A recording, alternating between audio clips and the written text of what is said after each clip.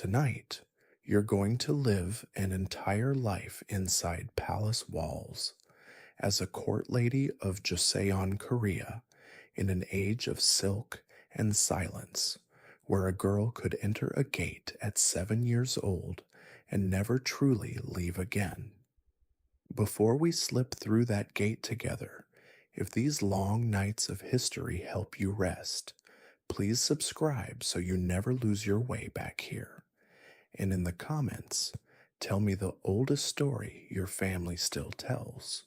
And if nothing comes to mind, simply tell me where in the world you're listening from tonight. Now lower the lights, settle in, let your breathing slow. The palace is waiting. You wake in the dark, and for one long moment you simply listen. This is how every day of your life begins, not with light, but with sound. Somewhere beyond the paper doors, the great city of Hanyang is still sleeping. But the palace never fully sleeps, and neither quite do you. You are lying on a sleeping mat in a small, warm room in the women's quarters of Changdeokgung Palace. The floor beneath you is heated from below, the ondol system, channels of stone carrying warmth from a fire at the far end of the building, and on a cold morning in the 10th month, that warmth is the closest thing to an embrace you will feel all day. Beside you, your roommate breathes slowly, still deep in her dreams. She has the late watch tonight, so she is allowed another hour. You are not. You sit up carefully, so the rustle of your bedding doesn't wake her. This is the first courtesy of the day, and the palace runs on 10,000 courtesies, stacked one on top of another like the stones of its walls. It is sometime in the 18th century, in the long reign of King Yongjo. You are 26 years old, and you are a gungyo, a palace woman, a court lady of the inner court, one of perhaps 500 or 600 women who keep this vast machine of a palace turning day and night, season after season, reign after reign. You have lived inside these walls since you were 7 years old. In the darkness, you dress by touch and memory. First the underlayers, then the long indigo skirt, the shima wrapped and tied high, then the short fitted jacket, the jeogori, its ribbon knotted just so. You could tie that knot in your sleep, and on some exhausted mornings, you're fairly sure you have. Your hands find your hair next. It is already smoothed and oiled from the night before, coiled at the nape of your neck in the low knot of a grown woman, held with a single long pin, a binyeo. You have worn your hair this way since your ceremony, years ago now. We will come to that ceremony. It was in its way your wedding day. Though there was no groom, there was only the palace.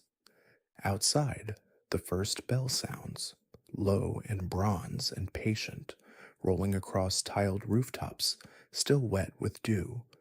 You slide the door open and step into the corridor, and the cold air meets you like a splash of water. The sky above the courtyard is the deep blue-black of dawn's earliest edge, with just one seam of gray light along the eastern mountains. The palace roofs stand against it in long curved silhouettes, ridge after ridge, courtyard after courtyard, gate after gate, stretching away farther than you can see. You know every stone of the paths you're permitted to walk. You know which flagstones rock slightly underfoot, which corridor boards creak, which corner catches the wind in winter. This palace is the only world you have known since childhood, and you carry its map inside your body. Around you, other doors are sliding open. Other women are stepping out into the cold, dozens of them, then more, moving quietly along covered walkways with lanterns swaying in their hands. Kitchen women heading to fire their stoves, laundry women bound for the washing courts, seamstresses, embroiderers, water carriers, girls of 9 and women of 60, all moving through the dark with the same unhurried, practiced quiet. If you have ever imagined a royal palace as a place of vital luxury, hold that image gently and let it go. What you are watching is a workforce, one of the largest communities of professional working women anywhere in the world in this century, beginning its shift. And here is the first thing the costume dramas rarely show you. Almost none of these women will ever exchange a single word with the king. Most will never see his face except at a distance, once or twice a year, across a crowded ceremonial courtyard. The palace is not a stage where every woman schemes for royal favor. It is something quieter, and to your mind, something greater. It is a city of women running itself. You tuck your hands into your sleeves against the cold and join the current of lanterns flowing toward the queen's residence. You serve in the Jamil, the innermost circle, the ladies of the queen's own chamber, and her majesty must not wake to an empty room. The bell rolls on over the rooftops. The gray seam in the east grows wider. Under your breath, the way you have every morning for 19 years, you count your steps through the third gate. The day is beginning. Come, walk it with me, all of it. From the small girl at the gate to the old woman with white hair, an entire life lived inside these walls. This is what it was really like. To understand this life, you have to go back to the beginning, to a courtyard in a village outside the capital on an autumn morning 19 years ago, when you were 7 years old and the palace was only a word. You remember it in pieces, the way we all remember childhood. The smell of drying red peppers on the straw mat. Your mother's hands, rough from work, smoothing your freshly washed hair again and again, long after it was already smooth. A palace was looking for girls. It happened this way every few years. Word would travel out from the capital through official channels and family connections. The inner court needed new apprentices. Little girls, young enough to be shaped completely by palace life. For the innermost service, the Jamil, the royal chambers, they wanted them youngest of all, sometimes just 4 or 5 years old. For the sewing and embroidery rooms, 6 or 7. For the kitchens and laundries, closer to 12. And here is something worth saying plainly, because it matters. For many families, this was not a tragedy, or not only a tragedy. Your family was respectable, but poor, commoners with more children than rice. A daughter chosen for palace service would be fed for life, clothed for life. She would receive a salary, an actual government stipend of rice and cloth and coin, from childhood until old age. She would learn to read. She would hold eventually an official court rank in a kingdom where women could hold almost nothing else. Some of her earnings could flow back to her family for decades. For a struggling household, a daughter in the palace was security. For an ambitious one, she was a quiet kind of pride. But she would also be gone. That was the price, and everyone knew it. A girl who entered the palace belonged to the palace. She would not marry. She would not raise children of her own. She would see her family rarely, on occasional permitted visits, formal and brief, with years sometimes stretching between them. The great gates of the palace opened inward for a girl like you, and they did not easily open back out. So when the recommendation came through a relative who had connections at court, an aunt of an aunt who had once served, your parents sat up late talking in low voices, and you lay in the dark pretending to sleep, understanding almost nothing except that the low voices were about you. You remember the journey to the capital only as a blur of new things, the widest road you had ever seen, the city walls rising like cliffs, more people in one street than in your entire village, and then the palace itself, which did not look like a building so much as a mountain range made by human hands, walls, and behind them roofs, and behind those roofs more roofs, climbing away toward the real mountains beyond. There was an examination of sorts, older women in dark, dignified dress.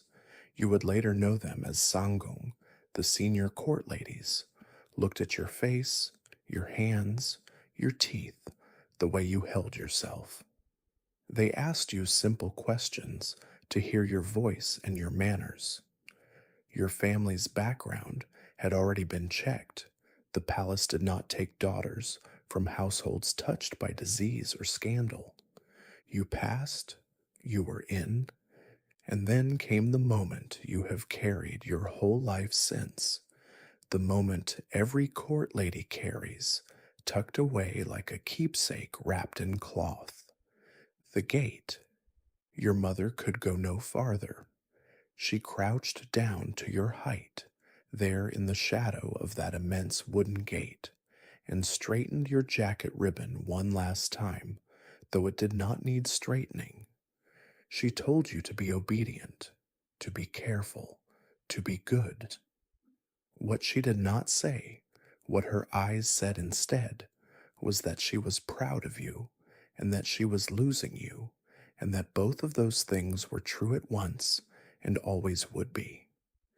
Then a court lady took your small hand in her cool, dry one, and you walked through the gate, and the gate closed. You did not cry. You had promised yourself you wouldn't, with the enormous solemnity of a 7-year-old making a vow. You cried that night instead, quietly, under unfamiliar silk bedding, on a warm, unfamiliar floor, in a room that smelled of other people's lives. An older girl in the room, she must have been all of 11, reached over in the dark and patted your shoulder, awkward and kind. Everyone cries the first night, she whispered. It gets better. There are honey cookies at the new year. And strangely, both things turned out to be true. For the next 15 years of your life, you held the lowest and most tenderly watched over station in the palace. You were a sangaksi, an apprentice court lady, a palace child. You could always spot the apprentices from across a courtyard because of their hair, while the grown court ladies wore theirs pinned up in that sleek married woman's knot. The little apprentices wore theirs in gleaming looped braids with bright ribbon, a style that marked them as girls in training, palace daughters not yet come of age. A courtyard with apprentices in it always seemed to have more light in it, the way courtyards with children do. But make no mistake, your education began immediately, and it was relentless in the gentlest possible way. You were assigned to a senior court lady who became, in every practical sense, your mother.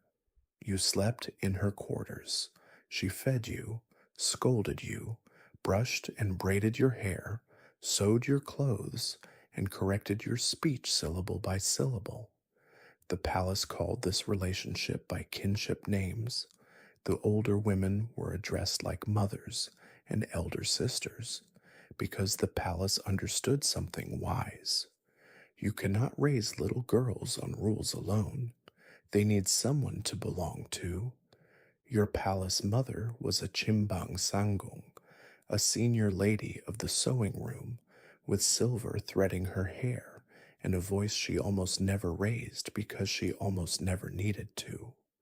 A single glance from her could straighten your spine from across a room. 40 years later, you would still hear that voice in your head when your posture slipped. What did a small girl learn in those first years? She learned to walk, really walk, palace style, smooth, unhurried steps that didn't bounce, hands folded, eyes lowered but aware, skirt barely whispering. She learned to speak in court language, an entire parallel vocabulary of elevated words used for anything touching royalty. A king did not eat food, he took surah. A queen did not sleep. She took her rest in words reserved for her alone. Use the common word for rice in the wrong room, and you'd earn a look that could frost a window. She learned to pour, to carry, to bow, to fold, to enter a room silently and leave it invisibly, to hold a tray at exactly the right height for exactly as long as necessary, which is harder than any drama makes it look, and to do it while appearing perfectly serene. And she learned to be silent, not the sullen silence of a scolded child, but the deep working silence of the inner court, where discretion was the first virtue and gossip about one's betters could genuinely wreck lives. What you see in the royal chambers, your palace mother told you, stays behind your teeth forever. That lesson, you would come to understand, was not etiquette, it was survival, yours and other people's. But childhood insists on itself, even inside palace walls. And this is the part of the story that always surprises people. The apprentices played. Between duties and lessons, in back courtyards, and along quiet colonnades, the palace girls did what little girls everywhere do. They played tag among the pillars until a senior lady appeared, and they instantly transformed into small statues of virtue.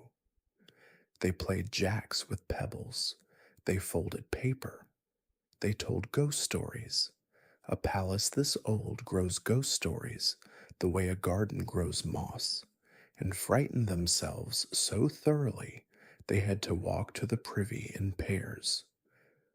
There were seasonal delights scattered through the year like sweets in a jar. Kite watching in the first month when the sky beyond the walls filled with other people's kites.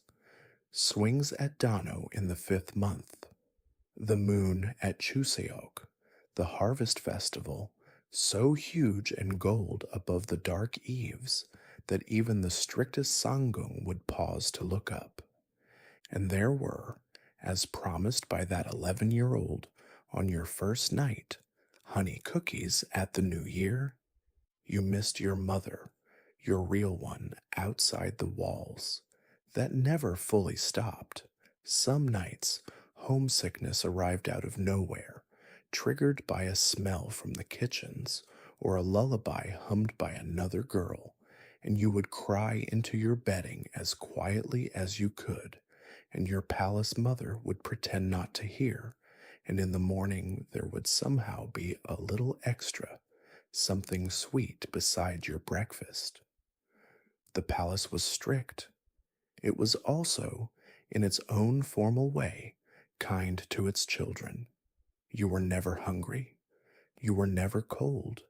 You were surrounded by hundreds of women whose duty, and often whose genuine pleasure, was to raise you well. Slowly, without your noticing the exact moment, the palace stopped being the place you had been taken to. It became home. Now let me show you the world you grew up into, because the inner court was not one thing. It was a whole city of departments, each with its own quarters, its own hierarchy, its own pride, and its own opinion of all the others. Every court lady belonged to a department, usually from the day she entered until the day she left.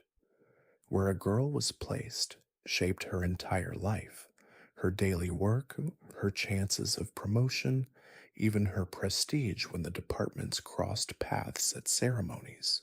So walk with me through them one by one, the way a new apprentice once had them explained to her in an awed whisper. At the very top stood the Jamil, the ladies of the royal chambers themselves. The word means something like utmost secrecy, and that tells you everything. These were the women who served the king, the queen dowager, and the crown prince directly, waking them, dressing them, attending their meals, standing watch through the night outside their doors. Jamil ladies were selected youngest, trained hardest, and ranked highest. They saw what no one else saw and repeated none of it. This is where you ended up, in the Queen's Jamil. We'll spend a whole stretch of tonight inside that world. Then came the needle departments, twin sisters in silk. The chimbang was the sewing room where the royal family's clothing was cut and stitched. Everyday robes, ceremonial dress, bedding, the endless linens of palace life. And the subang was the embroidery room where plain silk became gardens, peonies, cranes, phoenixes, dragons worked in colored thread and gold, sometimes by several women at one frame for months at a time. The needle ladies were considered refined, artistic, a little aristocratic in temperament. They considered themselves so, at least. Then the kitchens, and the kitchens were an empire. The Sojubang, the royal kitchen, was divided in two. The inner kitchen prepared the daily royal meals. The famous surasang tables we'll visit later tonight, while the outer kitchen handled the enormous cooking for banquets and state occasions when hundreds of dishes moved through in waves like troops. And separate from both stood one of the sweetest workplaces in the entire kingdom, the Sayenguabang, the refreshments kitchen. This department produced everything between meals: teas, fruit, porridges, honeyed sweets, pressed cakes, candied ginger, the delicate hangwa confections that looked like jewelry and dissolved on the tongue.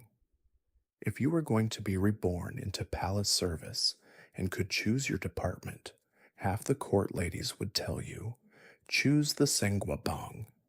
It smelled like honey and pine nuts all day long. Below stairs, so to speak, came the departments that kept the machine clean and running. The Sedapang, the laundry, where mountains of royal fabric were washed, beaten smooth with wooden bats in a rhythm you could hear across 3 courtyards, starched and pressed. The ladies of the washing chambers, who prepared the royal wash water and baths, carrying warmth and cleanliness to the royal body morning and night.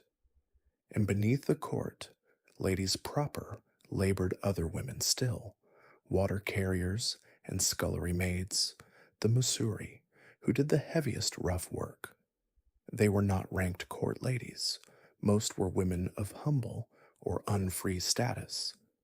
Remember them, because later tonight I'll tell you about one musuri, one water-carrying maid at the very bottom of this entire pyramid, whose story became the most astonishing in the palace's memory. Every department had its own chain of command, rising rank by rank to its senior sangung, and above them all, a handful of the most powerful women in the kingdom who answered to the queen herself. The chief of them, the head sangung, governed the entire inner court. Hundreds of women, their duties, their discipline, their welfare. Officials with state rank, women whose word moved the palace. And that is the fact worth holding up to the light because it glows. Joseon Korea was a rigorously Confucian kingdom. Outside these walls, a woman could not sit for the civil examinations, could not hold office, could not own her own public career. Her name barely appeared in her own family's records. But inside these walls, every single court lady, from the smallest apprentice to the head sangung, held or was working toward an official government rank, the same ranking ladder, on paper, that ordered the kingdom's ministers. She earned a state salary. She could be promoted for skill and seniority. She belonged to a profession with standards and specialties and decades long careers. The palace women almost never appear in the grand chronicles. The chronicles were written by men, about men, but the kingdom's most refined food, clothing, textiles, calligraphy, and ceremony, the entire material culture of Korean royalty that people still marvel at today, all of it passed through the hands of these women, generation after generation. An invisible city of experts. That is the world you belonged to. Here is something almost no one expects about the life of a Joseon court lady, and it may be my favorite thing about this entire story. She could read, she could write, and she could very likely do both more beautifully than nearly anyone in the kingdom. Let me set the scene properly. 3 centuries before your time, in the 1440s, King Sejong the Great had done something almost without parallel in world history. He had commissioned and promulgated an entirely new alphabet, designed from scratch so that ordinary people could learn it easily. Hangul. Its letters were built to mirror the shapes the mouth makes when speaking. A clever person, the saying went, could learn it in a morning. A slow one in 10 days. The scholarly elite, trained for a lifetime in classical Chinese characters, largely turned up their noses. Real learning, they insisted, happened in Chinese script. This new alphabet was dismissed by some as vulgar writing, fit for women. And the women of Korea, with what I can only describe as quiet historical genius, took that insult and built a literary world out of it. By your century, Hangul was the script of Korean women, letters between mothers and daughters, household records, poetry, prayers, and above all, fiction. And nowhere in the entire kingdom was women's writing practiced at a higher level than inside the palace. Every apprentice in the upper departments was taught her letters as a matter of course. You learned yours as a small girl, tracing characters with a dry brush over and over before you were ever allowed ink, your palace mother watching each stroke. Reading and writing weren't accomplishments for a Jimmel lady. They were job requirements. The inner court ran on written orders, inventories, records of gifts and ceremonies, correspondence between royal households, an entire administration, much of it flowing through women's brushes. And out of all that daily writing, over generations, the court ladies developed something of their very own, a distinctive palace style of Hangul calligraphy. Gungche, it came to be called, palace script. If you have never seen it, I wish I could show it to you tonight. Gungche is Hangul, written with the discipline of decades, every column perfectly vertical, every letter balanced, strokes flowing into one another with a controlled grace that looks less like handwriting than like woven silk. Court ladies trained in it for years. The finest hands in the palace were known, discussed, admired. A royal document copied in perfect gungche was a work of art, and everyone knew which Sangung's brush it had come from. Think about what that means for a moment. In a kingdom where a woman's writing was dismissed as lesser, the most disciplined, most refined, most professionally trained calligraphers in the women's script were the palace ladies, and their style became the classical standard, studied and treasured centuries later in museums. The insult became a masterpiece. History does this sometimes, and it never stops being satisfying. But the writing wasn't all duty and formality. Oh no, because the court ladies also read for pleasure, and what they read and copied and passed hand to hand through the women's quarters were novels. Palace fiction was an entire genre. Long tales of virtuous heroines and wronged queens, of separated families reunited, of loyalty rewarded after suffering, some running to dozens of volumes, copied out by hand in beautiful script, borrowed and lent and recopied until the pages went soft. On winter nights, one lady with a good voice would read aloud by lamplight while a roomful of others sewed or simply listened, and the story would unspool chapter by chapter, night after night, an 18th century serial drama with an audience in silk. Some of these novels, scholars believe, weren't just copied by court ladies. They were written by them, anonymous, as women's work usually was, but composed inside these very walls, about the world these women knew better than anyone: palaces, queens, rivalries, patience, and vindication.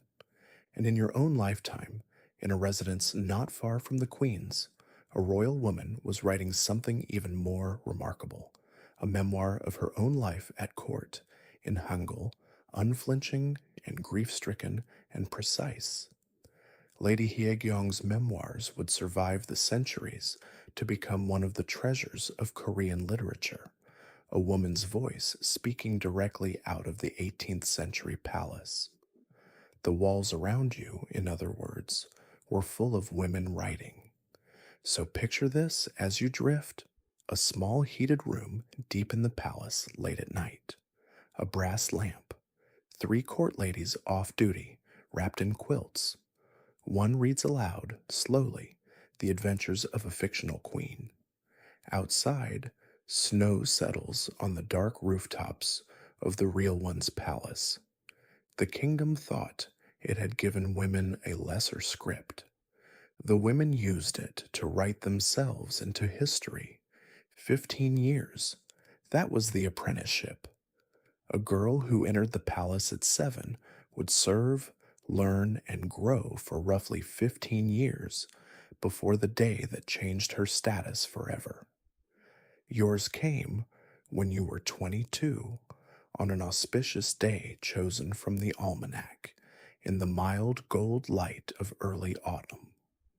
The ceremony was called the Gwali, the coming of age, and everything about it, everyone understood without saying so, was shaped like a wedding. In the world outside the walls, a woman's coming of age happened through marriage itself, the day her hair went up. Braids were for girls. The sleek, knotted chignon, pierced with its long bignot pin, was for wives. A woman's pinned-up hair announced her place in the world: married, established, grown. A court lady would never have that wedding, so the palace gave her this one. For days beforehand, your quarters hummed. New clothes were made, finer than anything you had ever owned, in the fresh colors of a young woman at her prime. Special food was prepared. Your palace mother, who had raised you from a homesick 7-year-old, fussed over every detail with the fierce concentration of any mother of any bride anywhere on earth. On the morning itself, they dressed you in layers of new silk. And then came the moment at the center of everything. The looped girlhood braids you had worn for 15 years were undone, combed out long and gleaming one last time, and then swept up, coiled, and pinned into the knot of a grown woman. The binyeo slid into place. You felt its small, certain weight at the back of your head. Somebody's eyes filled. Yours, your palace mother's, an old roommate's, honestly, probably all three. And everyone pretended otherwise, because this was a dignified occasion, and the pretending fooled no one, and that was fine. There was feasting afterward in the department quarters. Senior ladies you'd feared your whole childhood said kind, formal things to you and slipped you the best pieces from the shared dishes. Friends who had come up as apprentices beside you compared hairpins and laughed too loudly and were not scolded for it, just this once. If a wedding is a community gathering to witness a woman step into her adult place among them, then this was a wedding in every sense that mattered. But we should be honest together, you and I, here in the dark, about the other side of this day. You were being married, in symbol and in law, to the palace itself. From this day, you were a full 9, a ranked court lady of the inner court, with the salary, the standing, and the duties of a grown professional. And from this day, more than ever, you belonged wholly to royal service. Court ladies were, in the palace's formal understanding, women of the king's household, his in name, even if the overwhelming majority would never once stand in the same room as him. That is why they could marry no one else, not ever. A court lady's involvement with any man was not a scandal. It was a crime against the crown, and the punishments were as severe as the law could make them. So on the evening of your gwali, when the feast was cleared and the lamps burned low, you sat for a while with your own thoughts, a grown woman with a pin in her hair, and you let yourself feel all of it at once.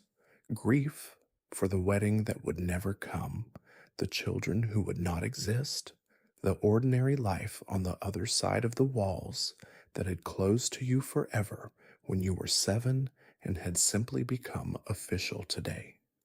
And this is the part outsiders always miss, something else, sitting right beside the grief, entirely real, pride.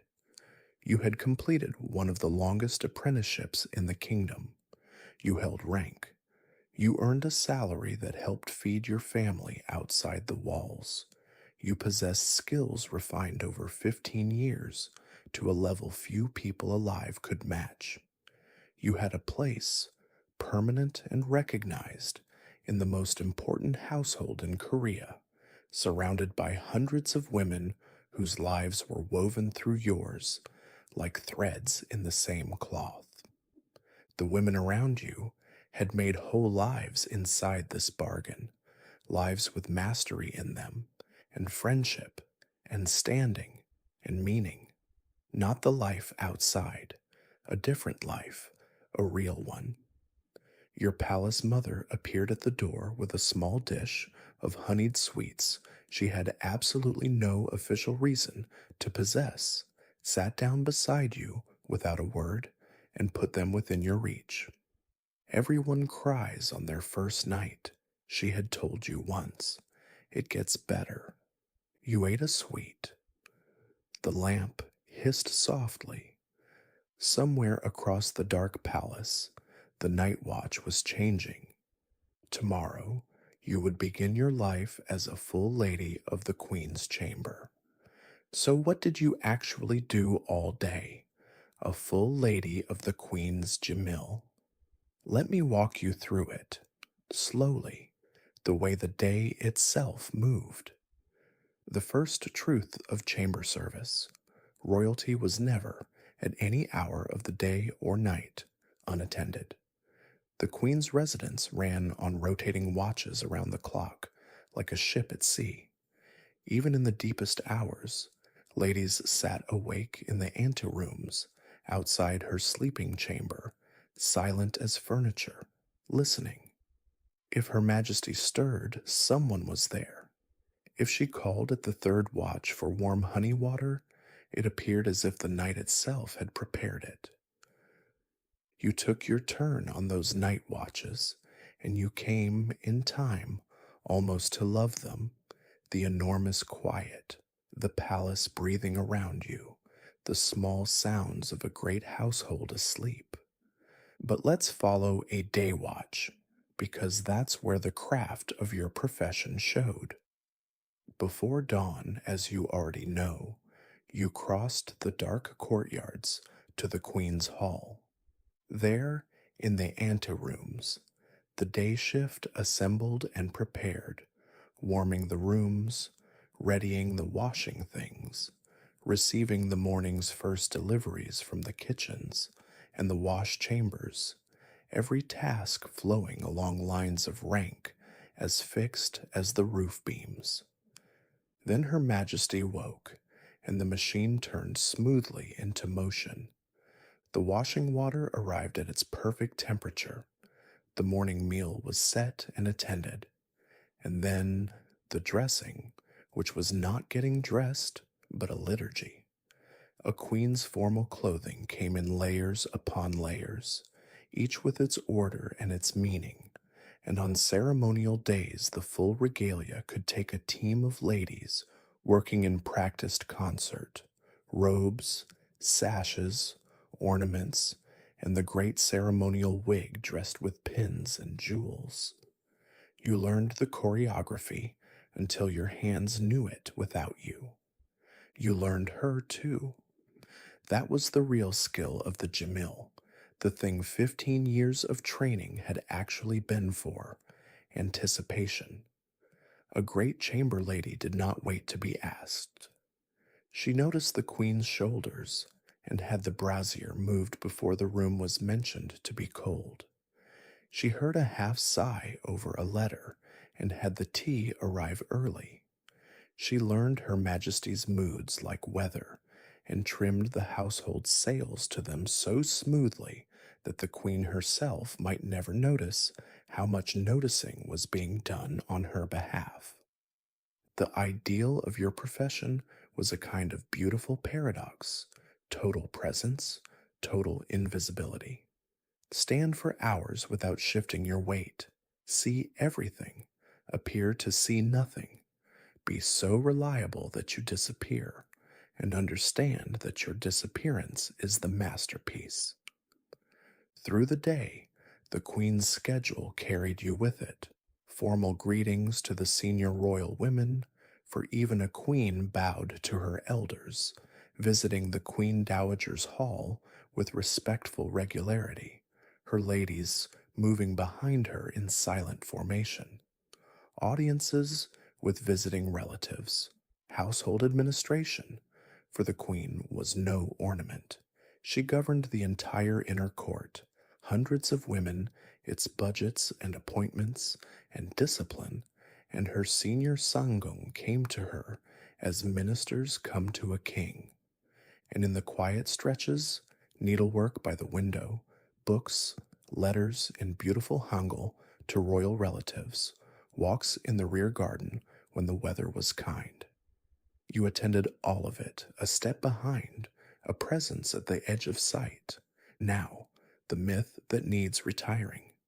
The dramas would have you believe the inner court seethed day and night with intrigue, every lady scheming for the king's eye, poison in every teacup. The truth? Palace politics were real. We'll get there, and some of it is genuinely dark.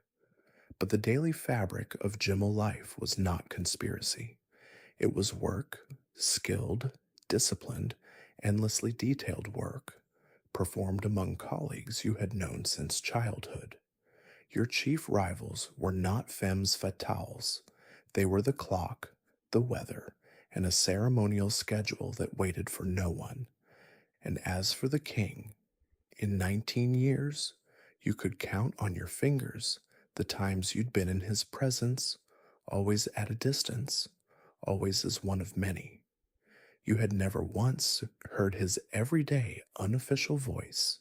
He had his own halls, his own attendants. The Queen's world was your world entire. Was there tedium in it? Of course. There were afternoons when standing attendance felt like being a pillar that ached. But there was something else, too, that you only recognized as the years accumulated: intimacy, not friendship. The gulf of rank was absolute, and both of you lived by it. But you knew this woman as almost no one alive knew her. You had seen her exhausted and unguarded at midnight. You had seen her grieve behind composure so perfect the whole court was fooled, and you were not fooled. You had watched her year after year carry a role that never once let her set it down. She was the most powerful woman in the kingdom, and in some ways as walled in as you were. Two lives, queen and lady, bound together inside the same beautiful enclosure. You served her with your whole skill, and though neither of you would ever have said such a thing aloud, you were, in your way, devoted to her. Before we leave the Queen's halls, there is one more duty I want to give you in full, because it was the strangest, stillest, most secretly beloved duty of a Jimmel lady's rotation, and because it belongs to this hour, yours and mine, the night watch. Every evening, as the palace folded itself down for sleep, the watch was set. In the anterooms around the Queen's sleeping chamber, the ladies of the night rotation took their places, lamps trimmed low, voices retired for the day, everything necessary within arm's reach: the warming vessels, the honey water, the extra quilts, the little bell pull of the household's needs. The Queen retired. The doors were secured in their sequence, innermost last. And then the palace performed its nightly miracle. The largest, busiest household in the kingdom went silent, courtyard by courtyard, like snow falling on snow. In the city beyond the walls, the great bell tolled the evening curfew, 28 solemn strokes, and the gates of Hanyang swung shut, and the streets emptied by law until the dawn bell freed them again. The whole capital walled and stilled, and inside that stillness, a second stillness, the palace, and inside that a third, the Queen's hall, where you sat. What did a woman actually do, awake and motionless through the third watch of the night? She listened. That was the work. Not waiting, listening, an active craft. You knew the ordinary sounds of the sleeping palace, the way a sailor knows ordinary water: the tick of cooling roof tiles, the settling of old wood, the sigh of charcoal in the braziers, wind trying the paper windows, the far-off exchange of the men's patrol beyond the inner gates, testing their watchwords. Your ears held the whole map of the night, and swept it, and found it ordinary, and swept it again, because the terror of every palace in history, deeper than any intrigue, was simpler: fire. A world of wooden halls, paper doors, silk hangings, and 10,000 lamps and braziers lived one careless ember from catastrophe. The palaces of the dynasty had burned before, and everyone knew it. So the night watch was, above all, a fire watch. The smell of smoke where smoke should not be was the one alarm a lady would shatter the sacred quiet for, instantly, at the top of her disciplined voice. It almost never came.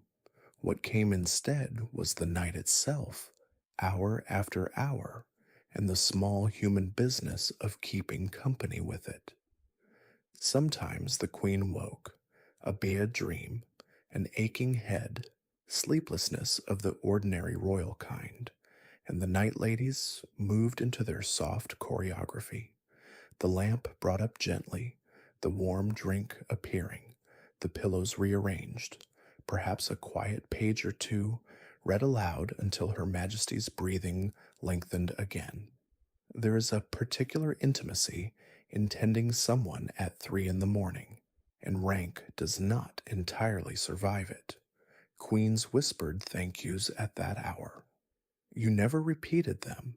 You never forgot them either. Sometimes in the outer anterooms, a partner on the watch drifted toward sleep, chin dipping, lamp shadow nodding, and you'd touch her sleeve before the senior on duty noticed, and an hour later, she'd do the same for you. The night watch ran on those small mercies. Everyone owed everyone, and sometimes, many times, there was nothing at all. Just you, a lamp turned down to a bead of gold, and the enormous breathing dark of 500 years of palace around you. Ladies handled those hours, each in her own way. Some worked prayer beads through their fingers. Some composed letters home in their heads to be inked in the morning. Some reviewed embroidery patterns, or recited poetry silently, or simply sat in a stillness so complete it became its own country. Women who, without ever using such words, had made themselves masters of what we might now call meditation, because the night demanded it and the years supplied the practice. The young ones feared the ghost stories, of course. A palace this old is thickly furnished with them, the sad queens and wandering scholars of after dark telling, and every new girl spent her first night watches with her spine prickling at the wind. The old ones had made their peace. If the palace kept any lingering souls, a sangong of 30 years' service would say, unpicking a knot in her thread without looking up, they were only former colleagues. Let them see the work done properly. Toward the fifth watch, the sky over the eastern roofs went from black to iron to that first seam of gray you know so well. The dawn bell rolled out over the city, 33 strokes, unlocking the world. The palace drew its first waking breath. Doors began to slide, far off. The kitchen's smoke rose, and the night ladies, relieved at last, walked back across the brightening courtyards to sleep through the morning, tired in that clean, hollow, honorable way of night workers everywhere, carrying the one thing the day shift could never quite share. The palace at night belonged to them. It was the most exclusive possession in the kingdom. They never had to say so. They just knew. Come with me now, down from the queen's hushed halls, along a covered walkway, toward the one part of the palace that was never entirely quiet and never entirely cold, the royal kitchens. You could find them with your eyes closed. Wood smoke first, then steam, then the deep layered smell that only a kitchen with centuries of practice acquires. Soy and sesame, broth and barley, dried fish and fresh chestnuts, and underneath it all the clean mineral smell of scrubbed stone and iron. The sojubang, the royal kitchen proper, worked in two great divisions. The inner kitchen cooked the daily meals of the royal family. The outer kitchen handled banquets, those state occasions when the courtyards filled with dignitaries, and the cooking became a military campaign measured in hundreds of dishes. And nearby, the beloved Senguabang, the refreshments kitchen, produced its endless procession of teas, porridges, fruits, and sweets that punctuated the royal day from before dawn until bedtime. Because here is the first surprise of royal dining. The famous main meals were only islands in a continuous stream.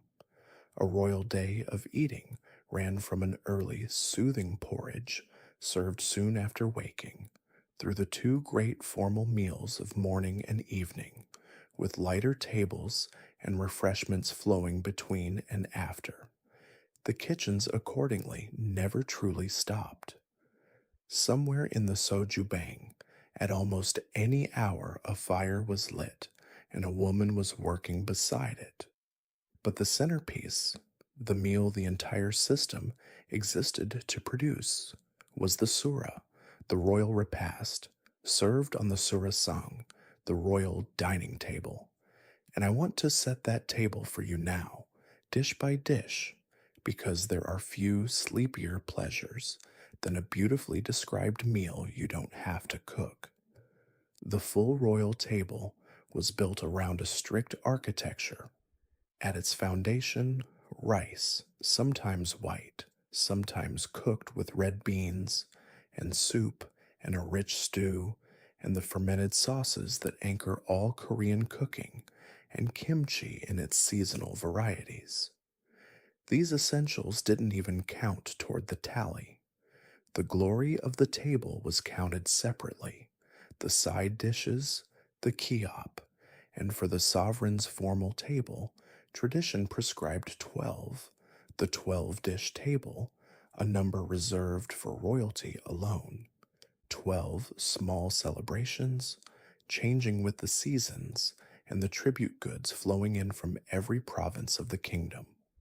Grilled fish and seasoned mountain vegetables, braised short ribs glistening dark with soy and honey, delicate steamed dishes, savory pancakes, cold slices of pressed meats, tiny portions of salted delicacies, raw and cooked preparations balanced against each other, colors arranged red against green, white against black, the whole table composed like a painting on polished lacquer and brass.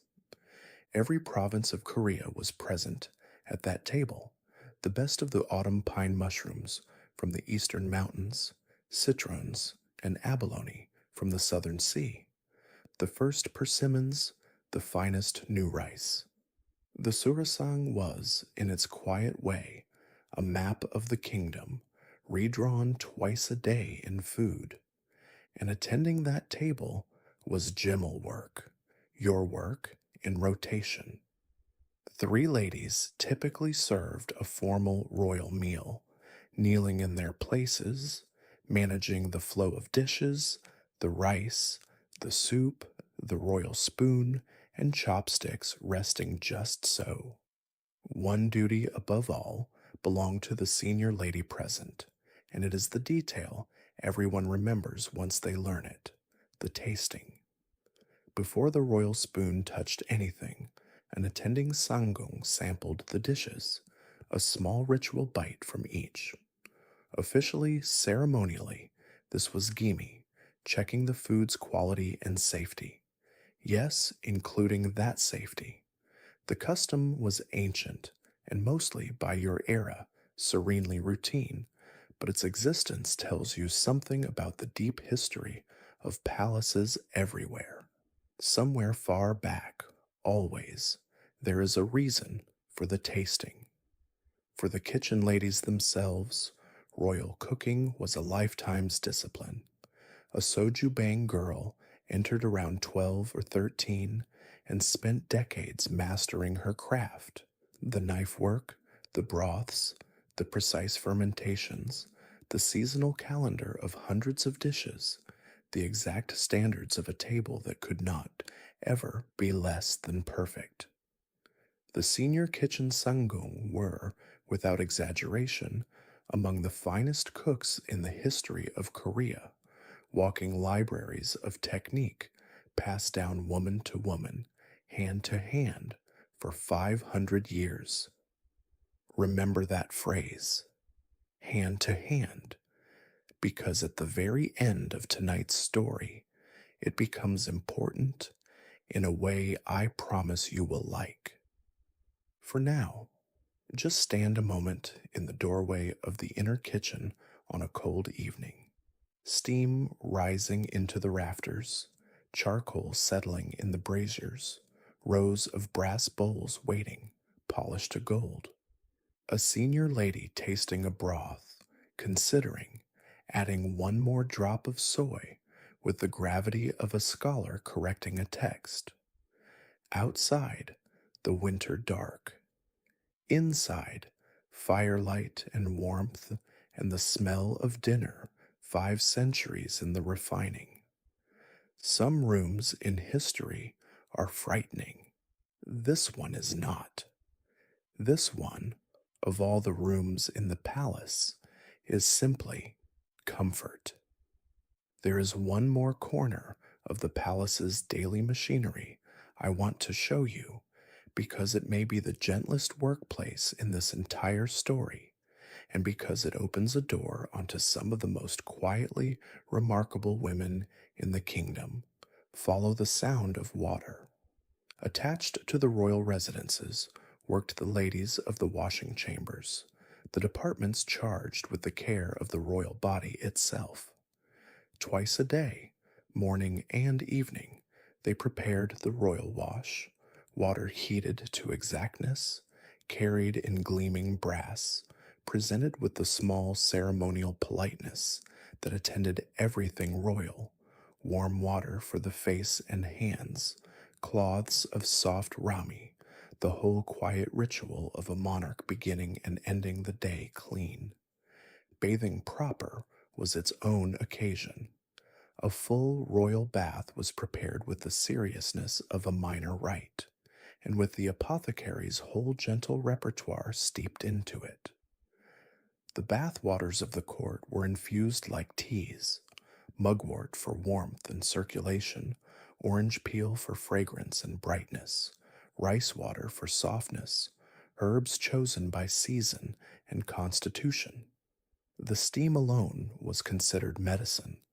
A winter bath chamber, stone warm, herb scented, lamplit, the water breathing its vapor into the air, may have been the single most comfortable room in 18th century Korea, and the ladies who kept it were connoisseurs of comfort the way the kitchen ladies were connoisseurs of broth. Hair washing days were events on the calendar. A royal lady's hair was long, treasured, and dressed daily, so its washing engaged a small team.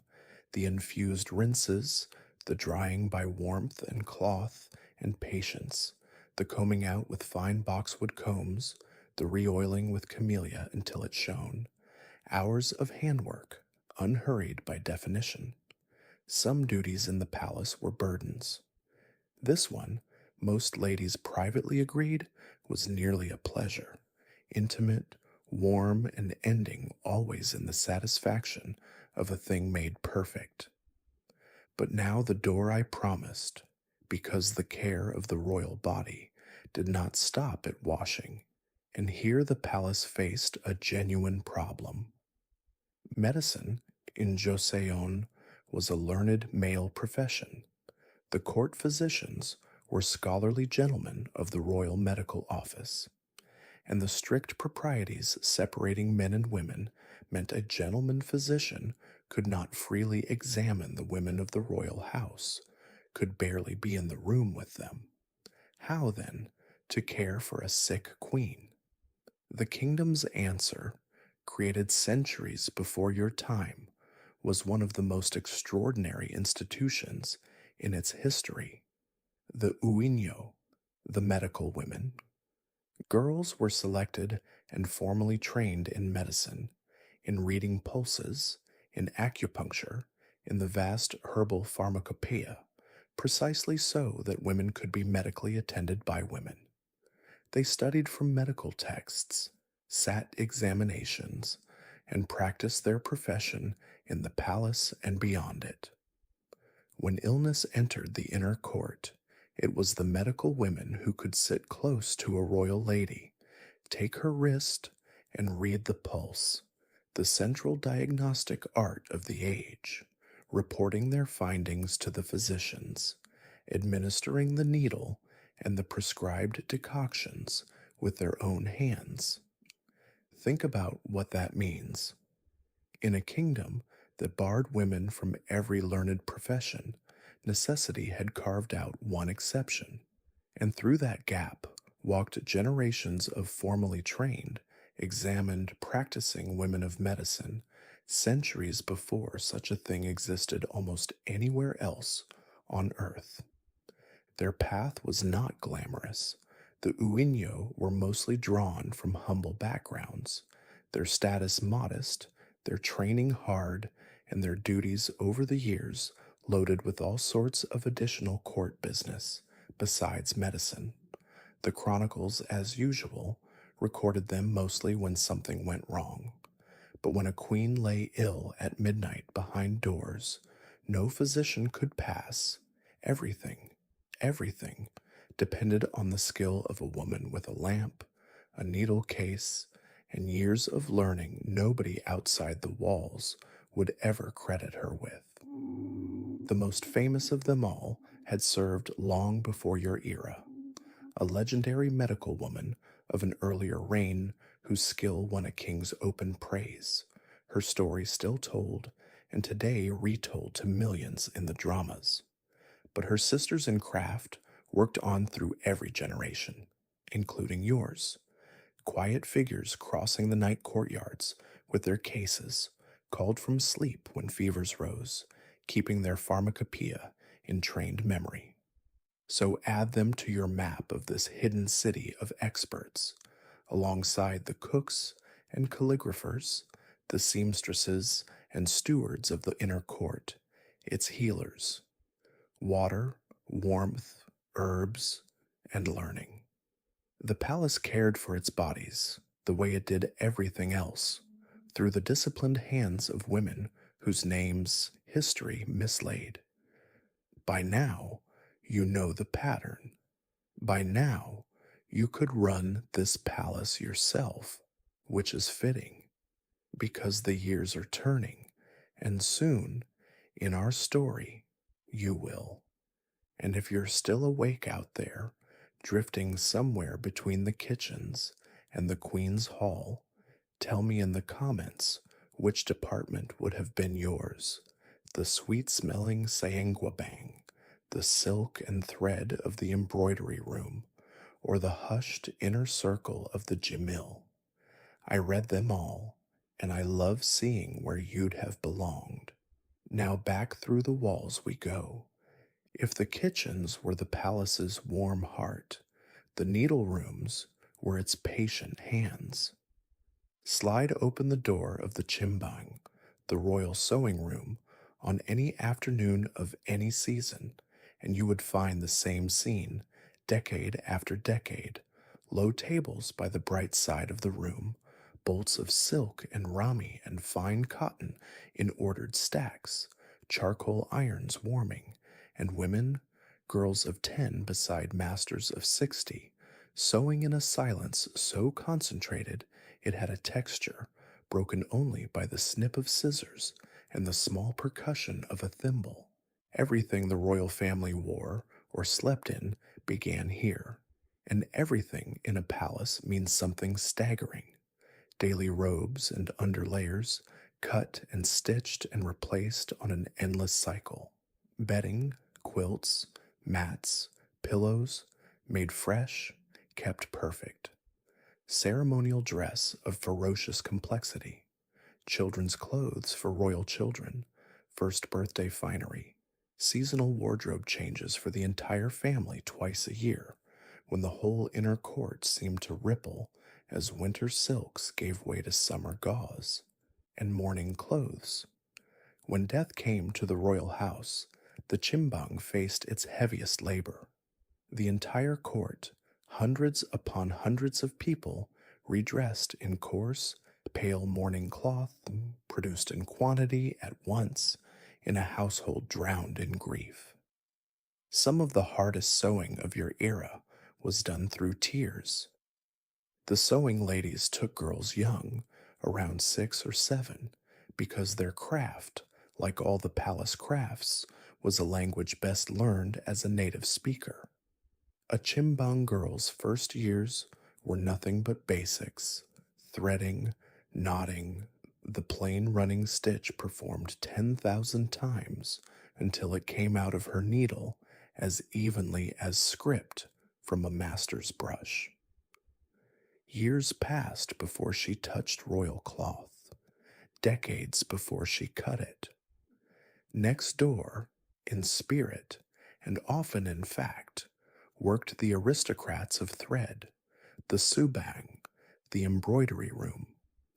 If the chimbang made the royal wardrobe exist, the subang made it mean something. Embroidery in the palace was never decoration for its own sake. It was a symbolic language, worked in silk floss and couched gold. Cranes for the virtues of the scholar official, peonies, fat and glorious, for wealth and honor, the flower that bloomed all over royal wedding robes. The 10 symbols of long life: sun, mountains, water, pines, and cranes, deer, turtles, and their companions, scattered across screens and cushions like a wish repeated in every room. Phoenixes for the queen, and the 5-clawed dragon, coiling in gold on crimson, reserved for the sovereign alone. The great pieces were collaborations measured in seasons. A large ceremonial screen might hold 4, 5, 6 women around one frame, month after month, their needles rising and falling in quiet unison, the design emerging with the slowness of a garden growing. Work like that cannot be rushed and cannot be faked. Every inch of those surviving royal textiles, the ones that glow behind museum glass today, represents hours of some particular woman's one particular life, breathed out through a needle. The needle ladies paid for their art in the currency all fine work artisans pay: their eyes and their backs. Years of close stitches by window light and lamplight took their toll, and the oldest masters of the subang often finished their careers directing rather than stitching, their sight spent, their knowledge more valuable than ever. The palace, to its credit, kept its old masters and honored them. A hall full of apprentices was their eyesight now. And I want you to notice something tender about all this needlework, something the ladies themselves surely knew without saying. These were women who would never marry, never keep their own homes, never sew for their own children. The entire domestic destiny their world assigned to womanhood was closed to them. And yet here they were, sewing, embroidering, dressing, and wrapping, and warming an entire family, generation after generation, with a skill and devotion no ordinary household could ever have commanded. The royal family was, in cloth and thread at least, their family. Every robe was somebody's 10,000 stitches. Every quilt that kept a royal child warm through a January night had passed through 20 pairs of vowed, patient hands. The chronicles would record that the king wore ceremonial dress of such and such a type on such and such an occasion. They would not record who made it, they never did, but you know now. And late at night, centuries away, that can be our small correction to the record. The most beautiful clothes in Korean history were made by women whose names we've lost, in a long, bright room smelling of silk and charcoal irons, one even stitch at a time. We've watched you dress a queen, but what about you? What did a court lady herself wear, and how did she look, moving through those courtyards, and what did every ribbon and pin of it mean? Because in the inner court, nothing about appearance was accidental. Dress was a language, and every woman in the palace was fluent. Start with the silhouette you'd have seen 100 times a day, the long, full skirt, the chima, bound high, and over it the short fitted jacket, the jeogori, closing with its long ribbon tied in the graceful one loop knot at the chest. Simple to describe, endless in its refinements. The set of the shoulders, the length of the ribbon, the fineness of the seams. A palace eye read all of it at a glance, the way you might read a uniform's insignia. Color carried rank and role. The little apprentices went brightly, as children should, fresh greens and pinks and reds, the cheerful palette of girlhood that made a courtyard full of sengaksi look like a spill of spring blossoms against the gray stone.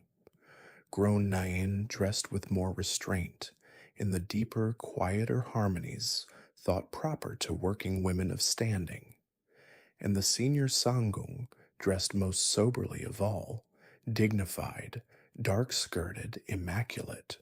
Power in the inner court announced itself by subtraction. The plainest dressed woman in the room was very often the one everyone else was watching. On great ceremonial days, the whole system bloomed.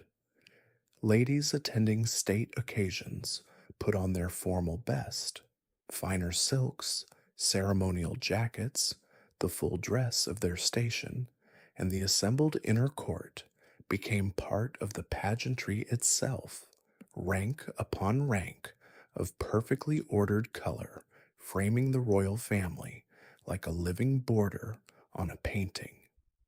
But the truest badge a court lady wore was not cloth at all. It was her hair. You already know the grammar of it. The looped, ribboned braids of the apprentice, girlhood, the sleek, knotted chignon with its bignot pin, the grown, vowed lady. But within that grammar lived a whole poetry of small distinctions. The bignot itself told your story, its material and ornament graded to rank and occasion, from the modest pins of a young nine to the handsome ornamented ones a sangung might wear on a festival day, treasured, gifted, sometimes inherited from a palace mother and worn for a lifetime after her. For the grandest ceremonies, the ladies attending closest to royalty dress their hair in the great formal styles, the elaborate braided coils, built up and ornamented, that you see towering in the old court paintings. Constructing them was itself a gemmel craft, hairdressing at the level of architecture, hours of skilled work before a state occasion, one lady's head becoming another lady's masterpiece. And within the rules, always within the rules, there was still room for the small vanities that make getting dressed human. The camellia oil that gave a chignon its lacquer black gleam, and which every woman had opinions about. The precise, personal angle of a pin, a jacket ribbon pressed just so. The norige, the hanging silk knot ornament with its tassels and small charms that a lady might fasten at her skirt on a permitted day, often the handiwork of a friend in the embroidery room, worth more in affection than in silver. Grooming itself ran on department rails, like everything else. Faces were kept fresh and scrubbed clean. The palace aesthetic for its working ladies favored immaculate simplicity over paint, clear skin, tidy brows, that mirror smooth hair, with real cosmetics reserved for the ceremonial occasions that called for them. The powders and balms of the age were compounded from the apothecary's gentle side, rice and bean powders, floral waters, seed oils, everything scented faintly and cleanly, nothing loud. Why does all this matter enough for its own chapter in the story of a working woman's life? Because of what it added up to. A court lady owned almost nothing in the world's terms. No house, no land, no husband's name, but she owned this, her appearance, kept to a standard that would have humbled aristocrats. Every morning of her life, in the dark, by touch and memory, she assembled herself, clean silk, perfect knot, gleaming hair, the pin sliding home, into a woman who visibly belonged to the most exacting household on the peninsula. Her dress said what the chronicles never would: trained, ranked, trusted, unimpeachable. Armor comes in many weights. Hers happened to be silk. And there was one more thing the dress said, though only the women themselves could hear it. Every chignon in those courtyards, hundreds of them, silver and black, was pinned over the same renunciation, the same girlhood ended by the same vow. The hairstyle of wives, worn by women wed to walls. They wore it beautifully, on purpose, every single day. If you want a definition of dignity, you could do far worse than that. Now let's talk about something wonderfully unromantic. Let's talk about your paycheck. Because of all the surprises tucked inside this life, the literacy, the artistry, the rank, the one that most reliably astonishes people is the simplest. A Joseon court lady was a salaried employee of the state, paid regularly for her entire career, from little apprentice to white-haired master. The wages arrived as most wages did in your world, measured out in rice, the kingdom's true currency, along with allotments of cloth and other goods, and coin besides. Distribution days had the small festive bustle of payday everywhere, sacks and bolts and bundles moving through the courtyards, seniors checking tallies, juniors carrying loads, everyone very dignified, and everyone quietly pleased.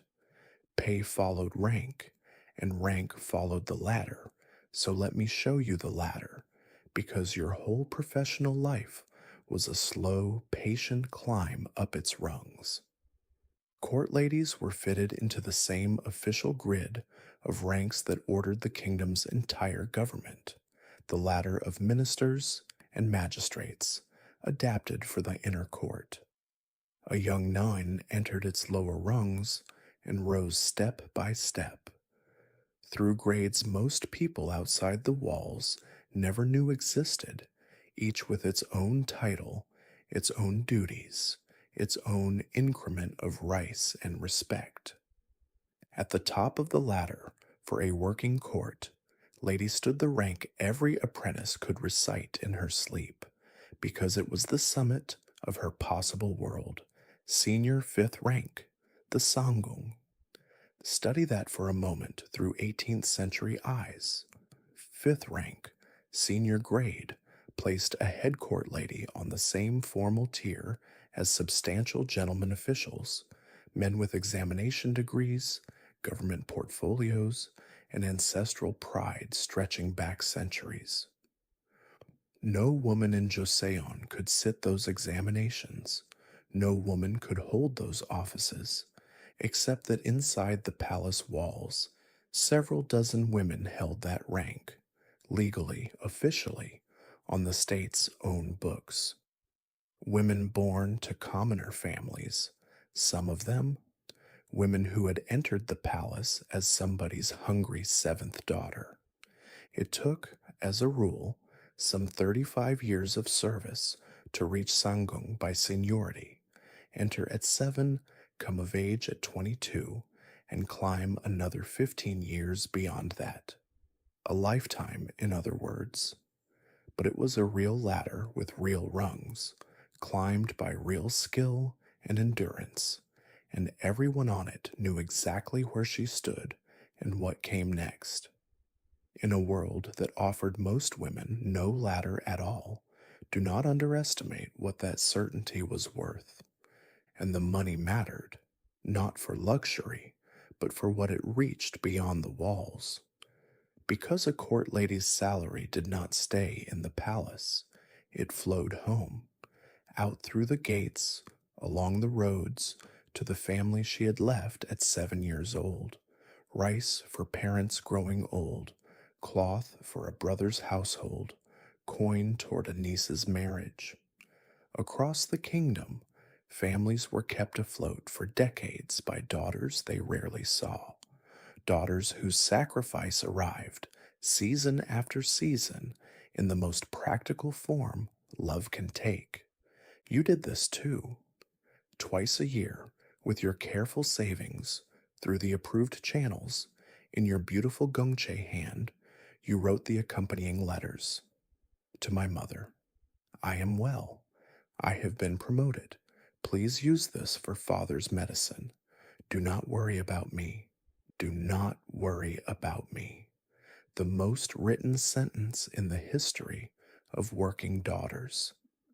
Within the walls, your earnings bought the small economy of palace comfort, better hair oil, a finer needle case, paper and ink of your own, sweets shared on a cold night, a handsome cover for a borrowed novel copied out for keeping.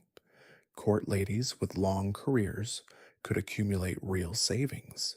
Some became, in their modest way, women of property, with funds enough to matter in their families' fortunes and their own old age. So here is the strange, glinting truth to carry from this part of the night. Joseon built its whole moral order on women's dependence, daughter to father, wife to husband, widow to son. And then, at the exact center of that order, inside the king's own household, it created the great exception, a core of hundreds of unmarried, professional, salaried, ranked, literate women, the most economically independent women in the kingdom, living at its most guarded address. History is full of these folds, where a system quietly contains its own opposite. You never thought of yourself in such grand terms, of course. On distribution day, you thought about tallies and your mother's medicine and whether this month allowed a little extra for ink. But when you pressed your rank seal to a receipt, your rank, your seal, something in your spine sat straighter. It never stopped feeling good. Why would it? A question people always want to ask about this life, once they understand its terms, is a gentle one. Wasn't she lonely? And the honest answer is yes, sometimes, in the particular ways this life carved out. But the fuller answer is the one I want to give you now, because it's the answer the court ladies themselves would have given, probably with a raised eyebrow. Lonely? In a household of 600 women who have known each other since childhood? On the contrary, the problem some days was getting a moment alone. Understand what the palace actually was, socially, the longest running community of women in the kingdom. Girls entered at 7 and stayed for life. The woman who shared your room had shared it, or one like it, for decades. Your department was your clan. Your palace mother had raised you. In time, you would raise apprentices of your own, and they would care for you in your old age. And so the chain ran, unbroken, back through the centuries. The palace even gave this web its proper names.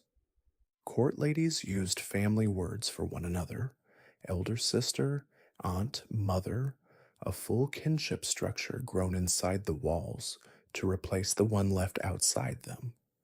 These weren't courtesies. After 40 years, they were simply true. And within that web, you had your particular people, the way everyone everywhere does. There was your roommate, steady, dry-witted, a Jimmel lady like yourself, with whom you had long ago stopped needing to finish sentences. There was your dearest friend from apprentice days, now a rising talent in the embroidery room, who could still, with one sideways glance across a formal courtyard, make you fight for your composure like a girl of 10. There was the old kitchen sangung who had slipped you burnt rice crust with sugar when you were small, and to whom you now brought good tea when you could, both of you keeping the accounts of kindness that hold any family together. What did you all do in the off watch hours, in the corners of time the schedule left you? You played. Yet, in the New Year's season, the whole room shouting quietly, an art form in itself, as the sticks fell, board games of strategy and luck. In fine weather, in the back courts, tossing arrows at a tall brass pot, a game the young ones turned fiercely competitive the moment no seniors watched. You read, as you know, the novels flowing hand to hand, the late night reading circles by lamplight, the shared indignation at fictional villains that is one of humanity's most underrated pleasures. You made things, of course, you made things. You were the finest craftswomen in Korea, and skill spills over. Embroidered pouches exchanged as friendship gifts, knotted cords in bright silk, small luxuries of the needle, made for love instead of duty, which is its own particular sweetness. You ate together, which is to say, you belonged together. The palace fed you well.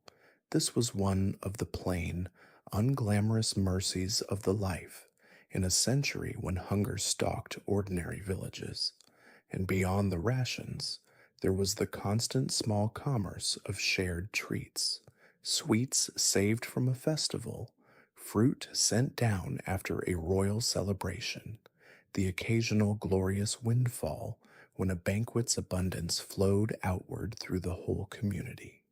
You talked, endlessly, quietly in the evening hours, the deep cellular gossip of a closed community that knows itself completely, who was being considered for promotion, whose apprentice showed talent, what the astrologers were said to have said about the crown prince's wedding date, which Sangung had quarreled and which had reconciled. The palace had no news sheet.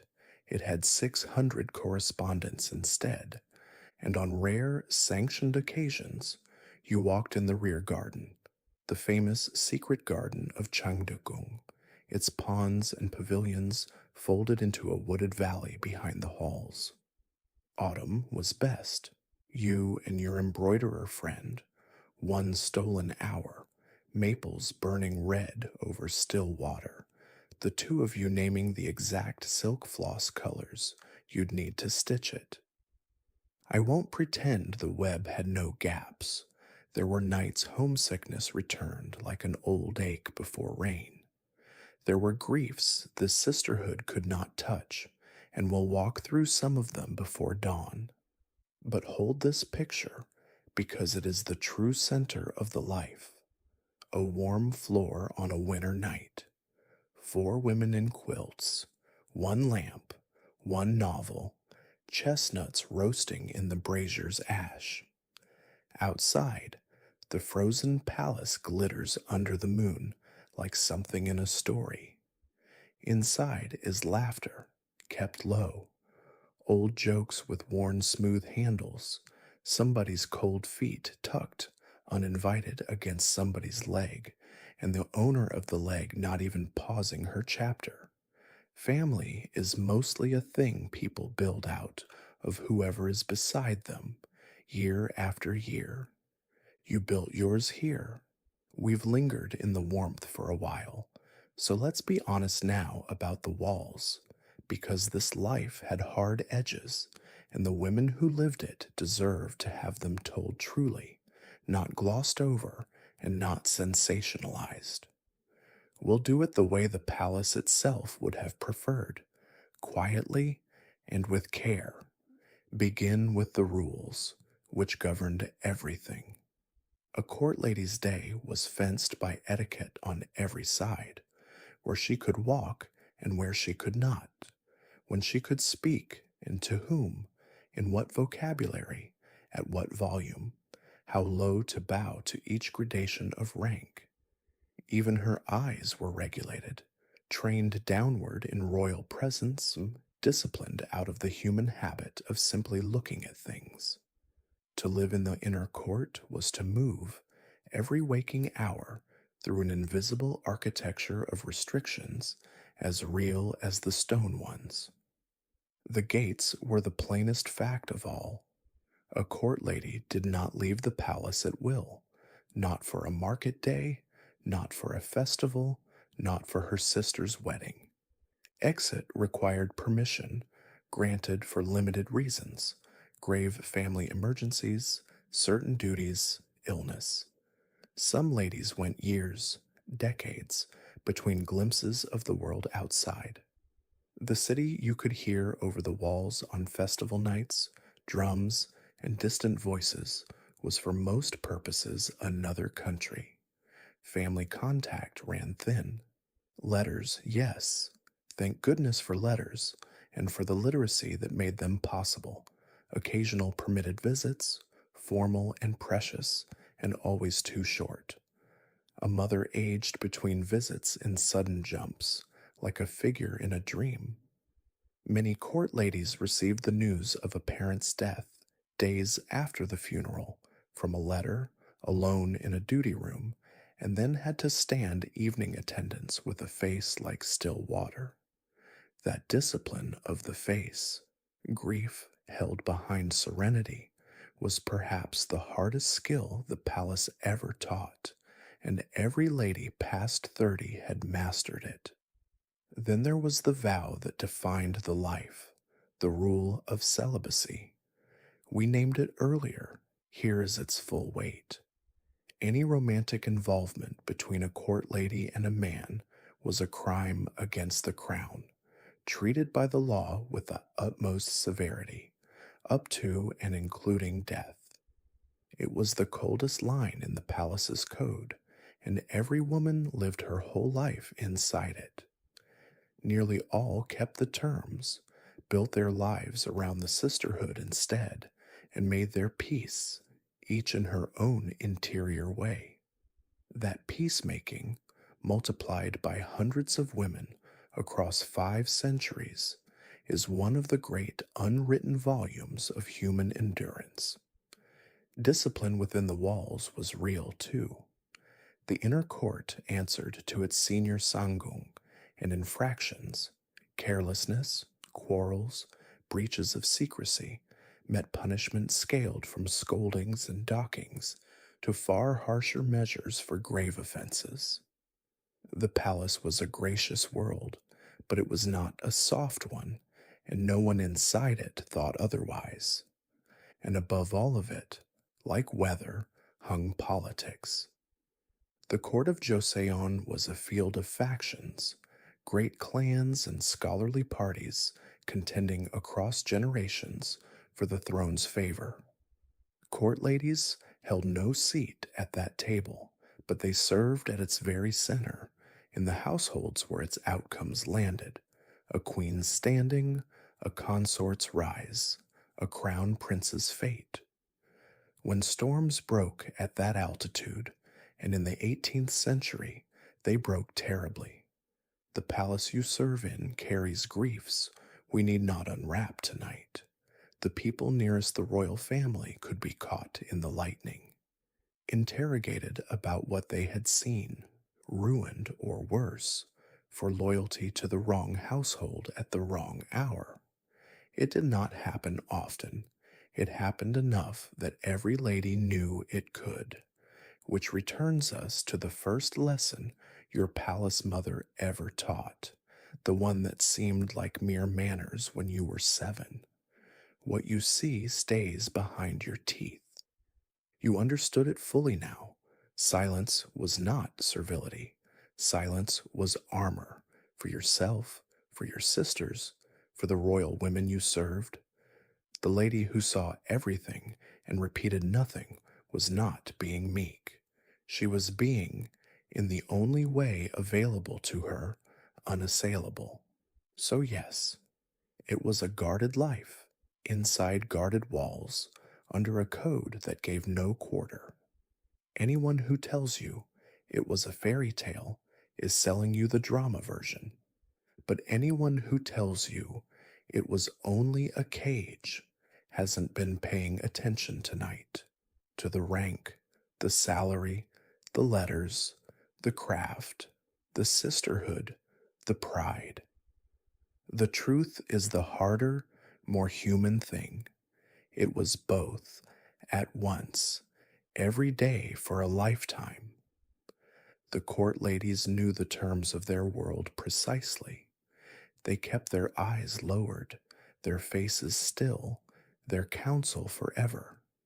And behind that stillness, never doubt it, they saw everything, understood everything, and endured.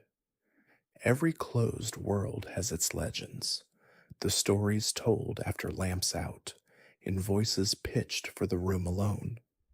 In the inner court, the legends were about the ones who rose, because there was one door in the high wall around a court lady's destiny that stood theoretically open.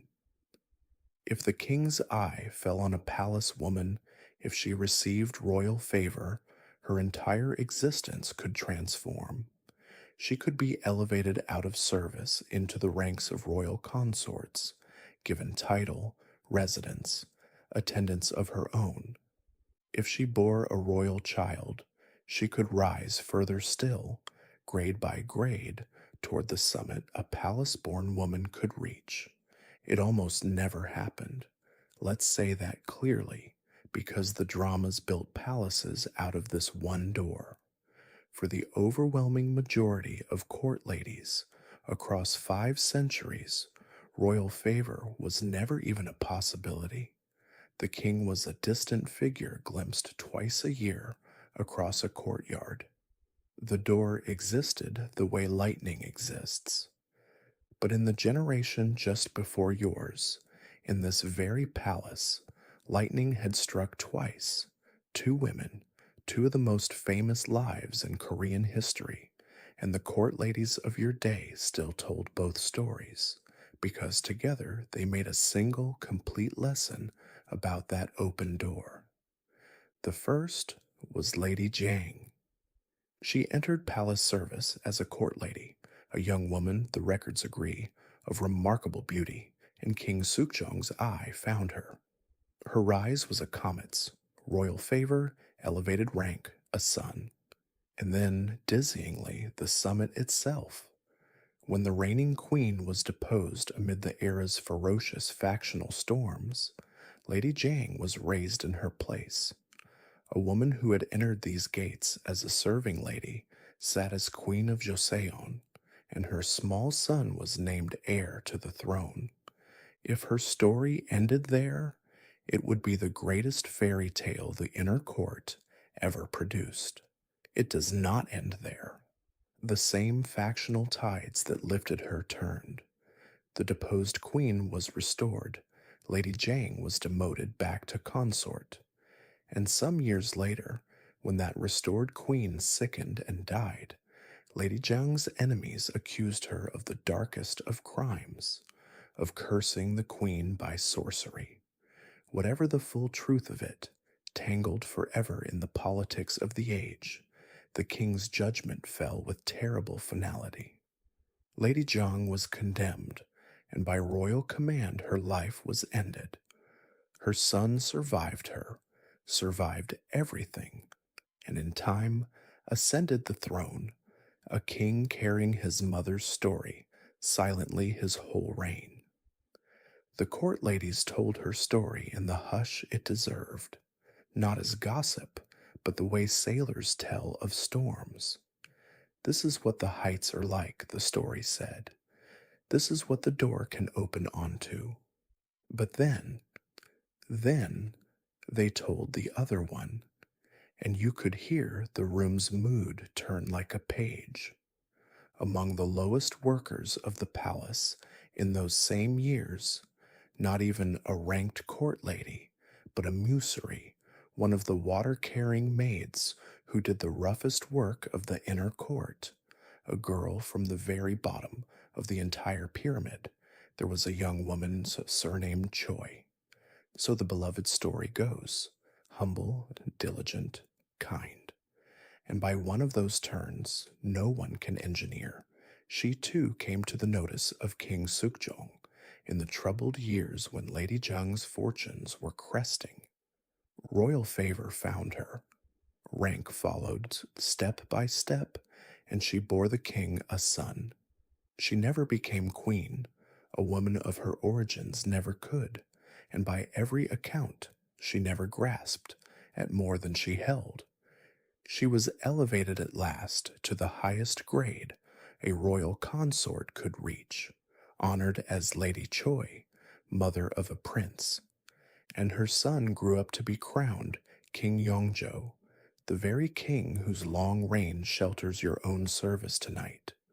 The greatest monarch of the age, ruler of Joseon for half a century, was the child of a water-maid. Do you see now why the palace told these two stories together, always together, like paired panels of one screen? Between them, they held everything the inner court knew about fortune, that the door was real, that it opened onto glory and onto ruin, sometimes for the same woman, that virtue fared better than ambition, though nothing was promised to either, and underneath, for the hundreds of ladies who would never touch that door, a quieter comfort, rarely spoken but well understood. The seamstress at her frame, the kitchen master at her broth, the sangung with her seal and salary, their lives held no comets, also no falls. There was more than one way, the old ladies would say, snuffing the lamp, for a woman to end her days in honor inside these walls. Most of them chose the patient way. History remembers the comets. Tonight, for a change, it remembers everyone. A court lady did not measure her life in years exactly. She measured it in rounds, the great ceremonial wheel of the palace year, turning through festivals and rites, birthdays and anniversaries, each with its own labors and its own flavors, until the turning itself became the shape of time. Let me turn 1 year for you now, slowly, the way it turned for you. It began in deep winter, with the new year, the most demanding and most delicious stretch on the calendar. For weeks beforehand, the whole inner court accelerated, kitchens laying in provisions, needle rooms finishing new garments, halls cleaned to a shine that would have satisfied heaven itself. On the day, the palace performed its grandest choreography, the great formal assemblies, rank upon rank of officials bowing to the throne in the main courtyard, the royal family exchanging ceremonial greetings, ancestral rites observed with perfect gravity. And for the court ladies, threaded through the duty, the season's private sweetness, New Year bows exchanged within departments, juniors to seniors, apprentices collecting blessings and treats like small tax collectors of affection, rice cake soup for everyone. Even a palace agreed that eating it made the year officially turn. And yes, honey cookies. Some promises, made to homesick 7-year-olds, are kept annually for life. The first full moon followed, with its nuts to crack for luck and its moon greeting. Then the softening of the ground and spring. Spring meant airing and renewal, the vast seasonal changeover of the royal wardrobe and bedding, winter's silks cleaned and stored with herbs against the moths, the sewing rooms at full sail. It meant the royal ancestral rites of the season, solemn processions of offerings prepared to exacting standard. And it meant blossoms in the rear garden, which the queen might walk beneath while her ladies followed, and which the ladies themselves, on some stolen off watch morning, might visit on their own account, standing under the falling petals in twos and threes, saying nothing much, storing it up. Early summer brought Dano, the 5th month festival, irises for the hair washing, fans distributed against the coming heat, and in the back courts, the swings, the 1 day tradition licensed even dignified grown women to fly, skirts and ribbons streaming, while the apprentices shrieked encouragement. Summer itself was endurance. The ladies' layered dress in the humid heat, cold soups, and chilled fruit moving up from the kitchens, everyone dreaming of the 8th month. And the 8th month came, Chuseok, the harvest moon, tribute wagons rolling in heavy with the kingdom's first fruits, the kitchens fragrant with pine needles, steaming the half-moon rice cakes, the rites of Thanksgiving, and at night over the black eaves, the moon, that moon, the enormous gold one, the same moon rising over your mother's village, which you did not say aloud, and neither did anyone else, and every woman in the courtyard was thinking it. Autumn deepened into the palace's most heroic labor.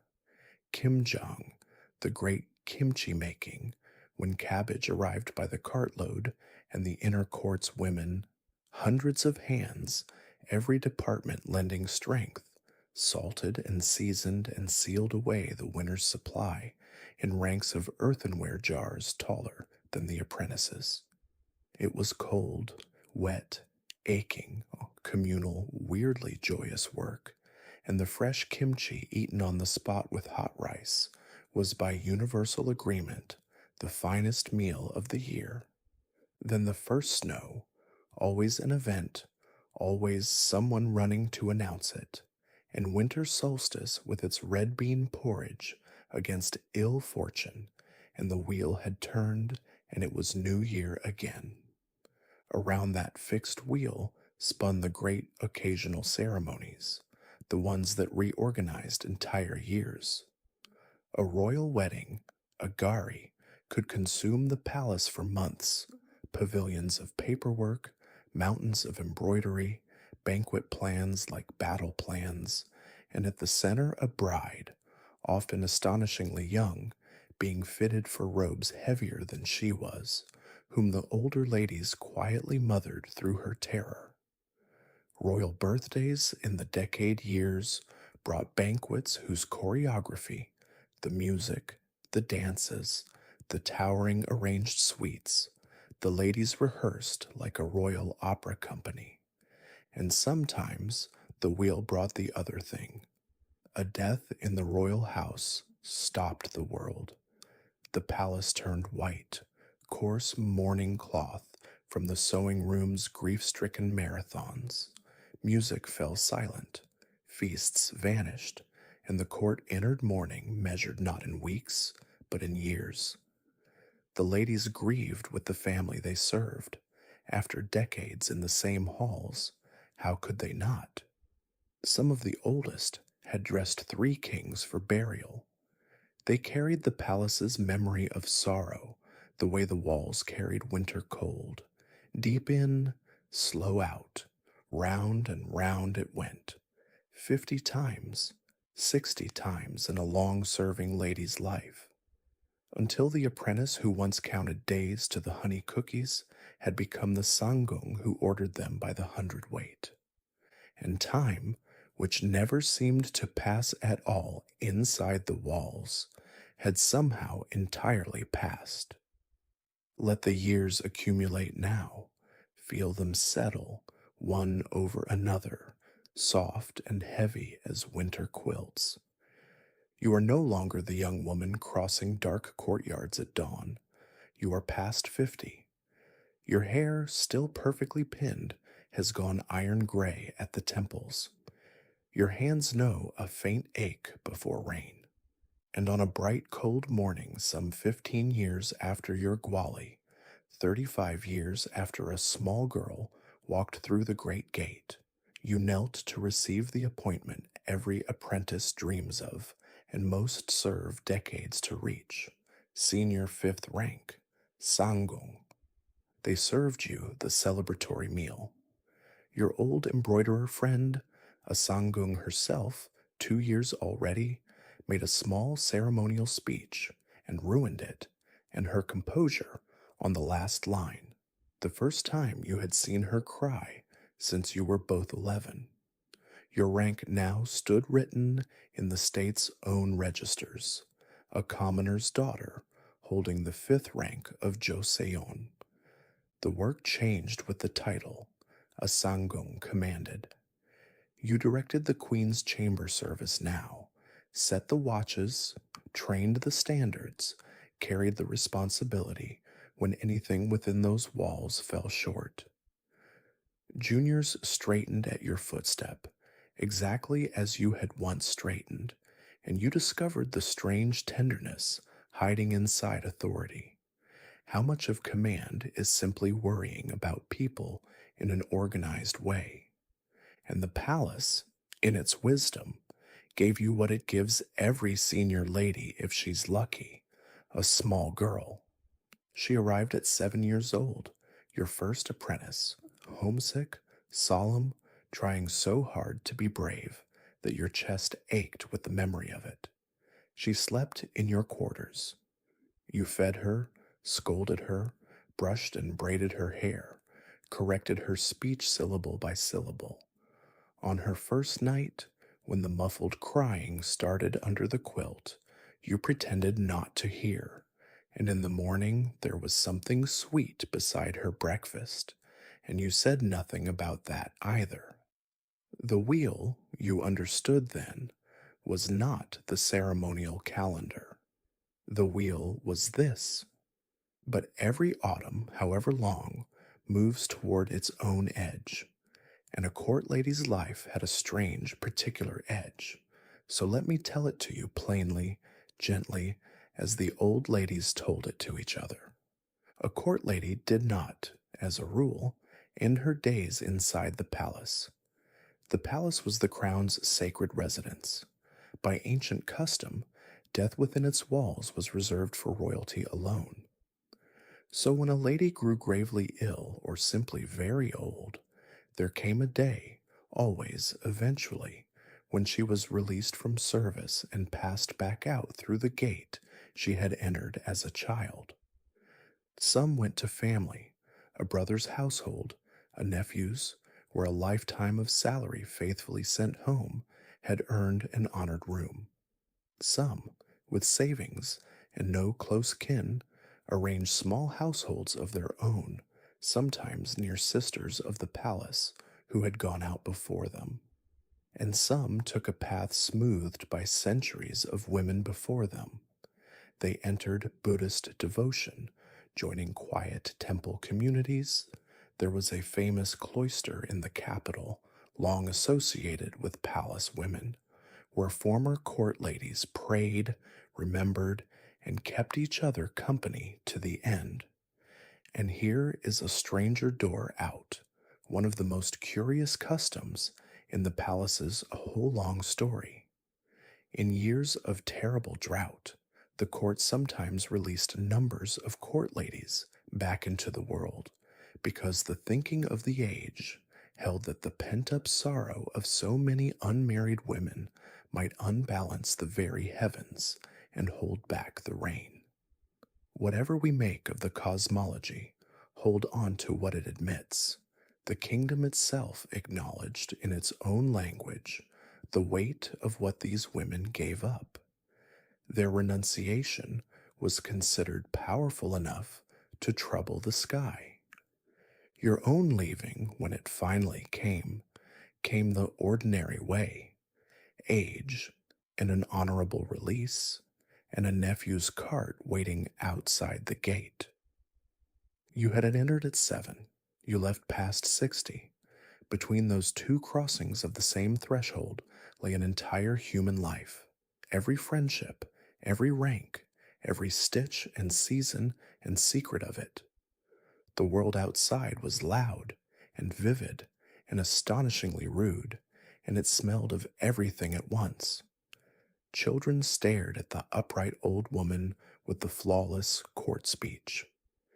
In your nephew's house, you were treated to your amusement, somewhere between a grandmother and a retired minister of state.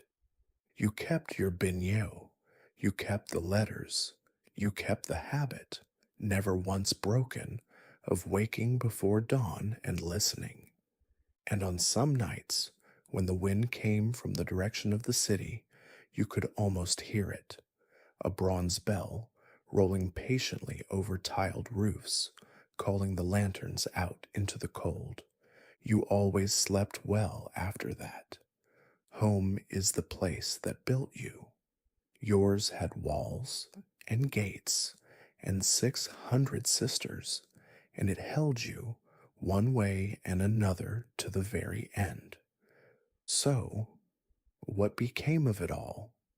When the last dynasty ended and the last court ladies grew old, did this whole world simply close like a book?